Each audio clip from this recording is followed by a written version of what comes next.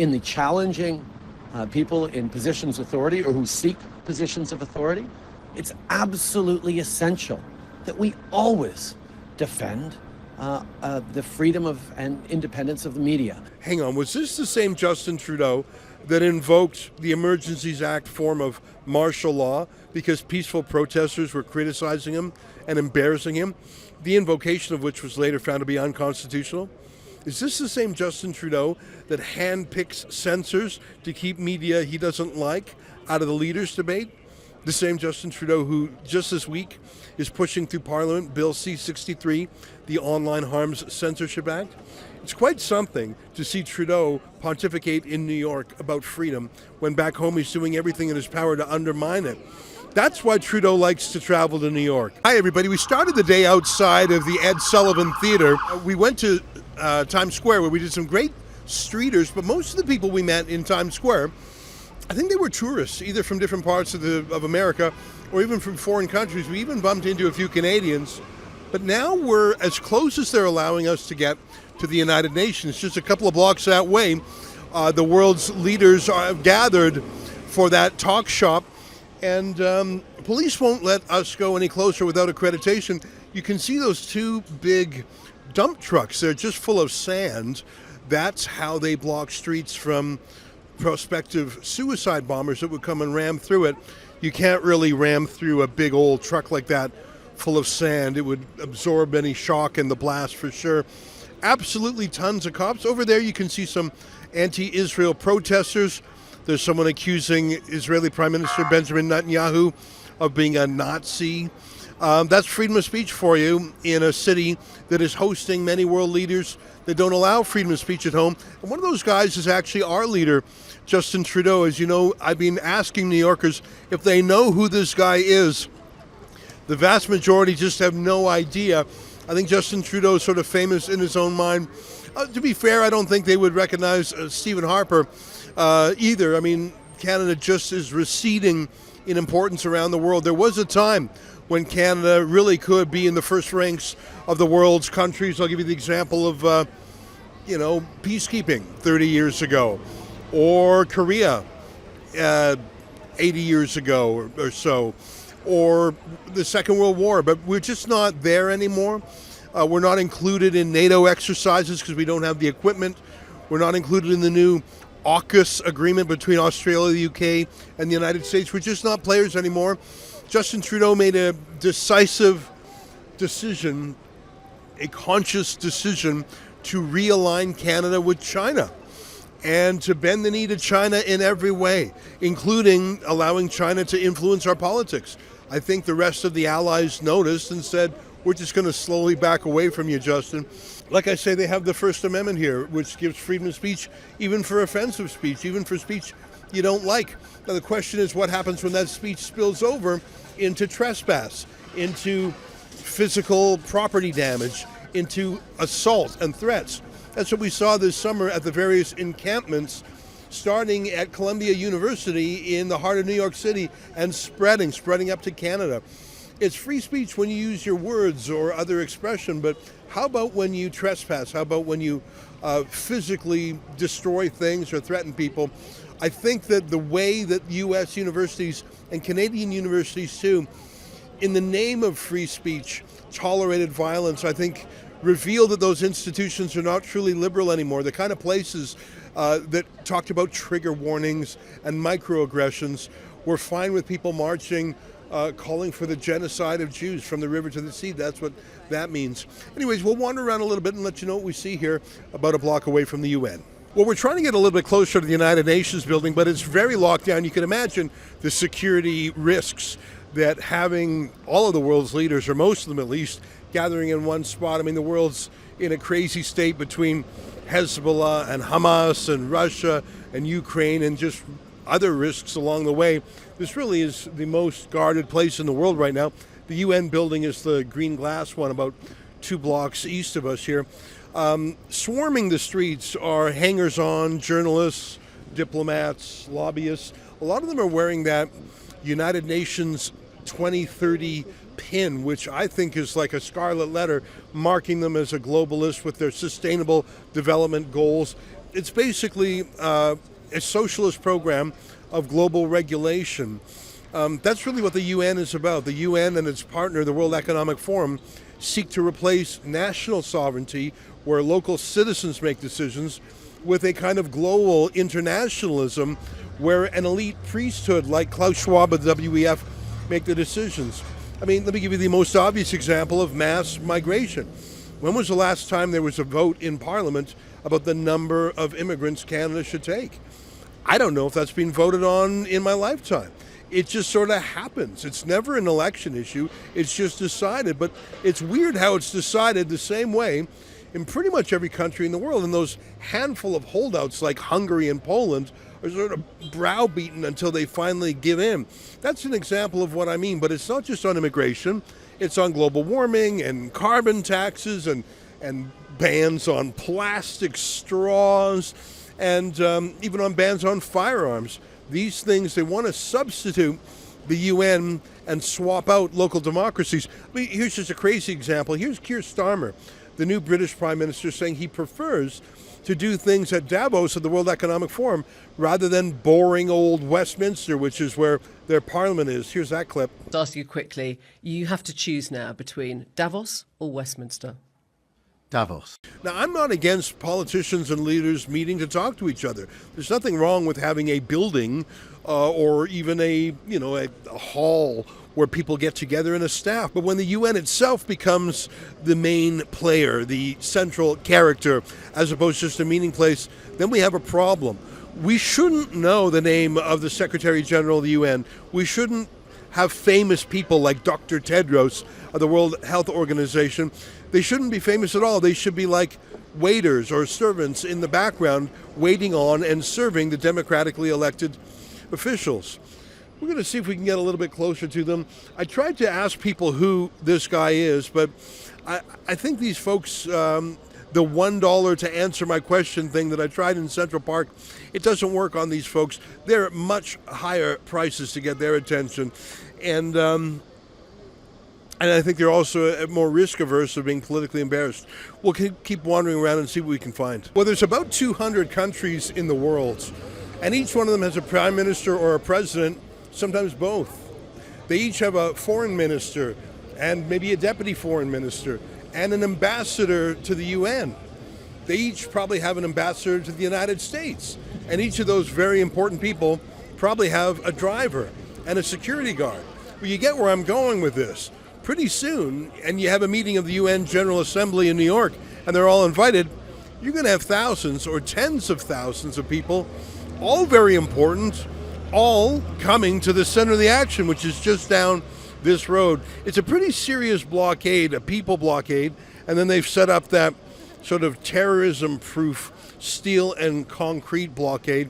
They're taking things seriously. There's all sorts of different kind of cops. There's regular police, New York police, Secret Service, and I'm sure there's quite a few undercover police too.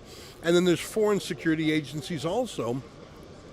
There's a lot of important people here, just ask them, but there actually really are truly important people, not just fake important. One of the fun things we did earlier, and I'm not going to try and replicate it here, was to ask people on the street if they could identify Justin Trudeau based on this photo alone. I think that's a nice photo of him. A couple of people told me that they thought he was quite handsome, but he couldn't place him. When I gave them the hint of the blackface image, more people guessed who he was. I'm not going to play that trick here, not because I'm not curious. I just don't think people are going to engage. But it does come down to the real question, is Justin Trudeau as important as he thinks he is? And I think the question is, look, the leader of Canada, a mid-sized country, will only ever be, quote, so important. Canada is not going to be a competitor with China, Japan, Russia, America for largest economy. It's not going to be a competitor with America, Brazil, India, China, Indonesia for population. Our military, even if it was properly funded, wouldn't be able to cast power around the world like the more than a dozen U.S. aircraft carrier groups or the increasingly rambunctious Chinese military. And when it comes to the moral authority of Canada, I think that's particularly being squandered under Justin Trudeau. So I guess what I'm saying is, at the best of times, Canada punches above our weight and is a proud member of the G7, even though statistically speaking, we wouldn't be in the top 7 countries measured just by our GDP.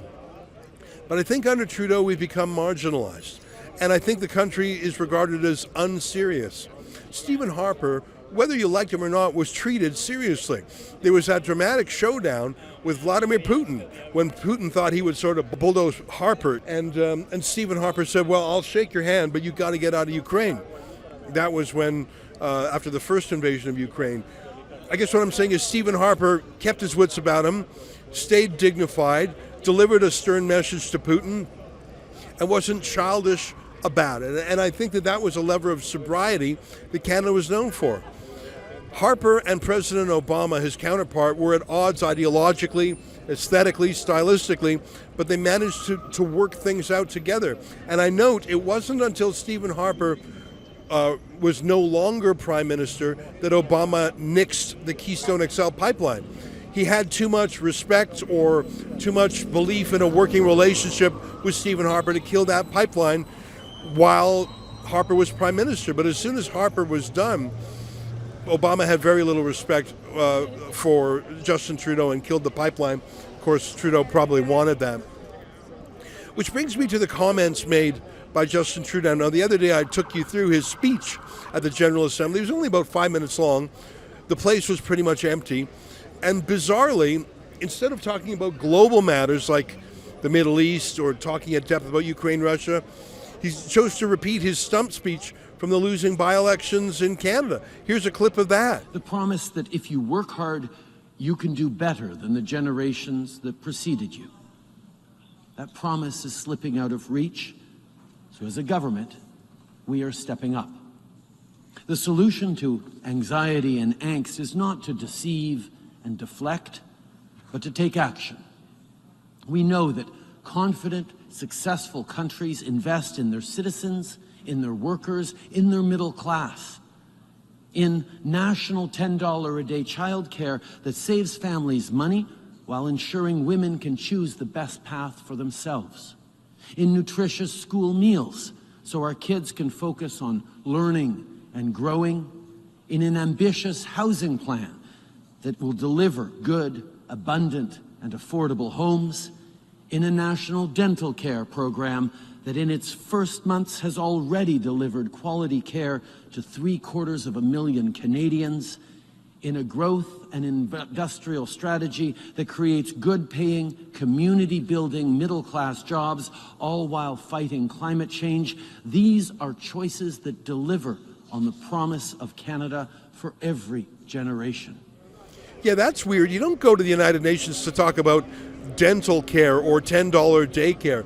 Did no one even bother drafting a fresh speech for him at the UN? By the way, he gave the exact same remarks to Stephen Colbert on The Late Show. I mean, take a look. But like the things that we've managed to do, we've had to work really, really hard at. I mean, universal health care was decades of trying to bring people together and make it happen. We've moved forward on world-leading fight against climate change with a price on pollution. We're moving forward with dental care for low-income Canadians. We're moving forward with $10 a day childcare. These are things that we have to fight for and that are really hard to do. So everyone in the world is here politically, and Justin Trudeau has his big moment, and he recycles a stump speech from back in Canada. That's sort of pitiful.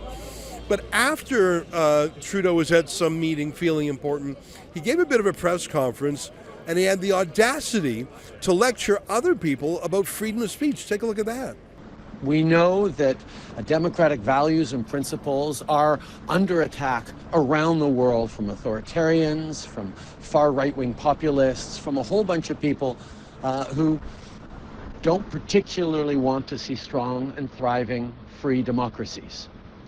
Part of the targets of attacks on democracies is on a free, independent media, is on the work that professional journalists do to hold governments and people in power to account and inform Canadians and inform citizens about what's going on in their democracies. I, as you well know, have often disagreed with some of the conclusions that media has been opining on from time to time, but in the conveying of facts, in the challenging people in positions of authority or who seek positions of authority, it's absolutely essential that we always defend the freedom of and independence of the media. Hang on, was this the same Justin Trudeau that invoked the Emergencies Act form of martial law because peaceful protesters were criticizing him and embarrassing him, the invocation of which was later found to be unconstitutional?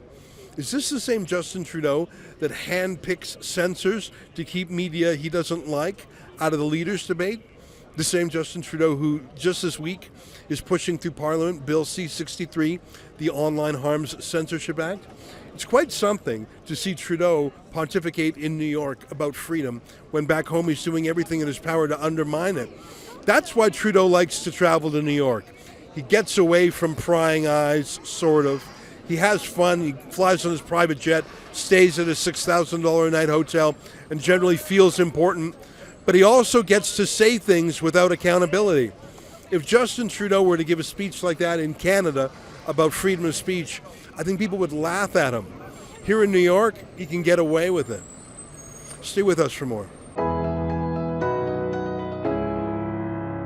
It's the news event of the year. Canada's most controversial premier sits down with Canada's most controversial journalist, and everything is on the table. Come watch Ezra Levant one-on-one with Alberta Premier Danielle Smith in front of a live studio audience in Calgary. Nothing's off limits. Nothing's held back. Questions that would make Justin Trudeau invoke martial law. Answers that will make Stephen Guilbeault pee his pants. You're not going to want to miss this one. But you have to be there, in person, at the Rebel News Live mega conference in Calgary on October the 5th. Tickets are limited, so drop everything and go to rebelnewslive.com right now. Special discounted prices for Patriots and special extra high prices if you're with the CBC. Go to rebelnewslive.com now.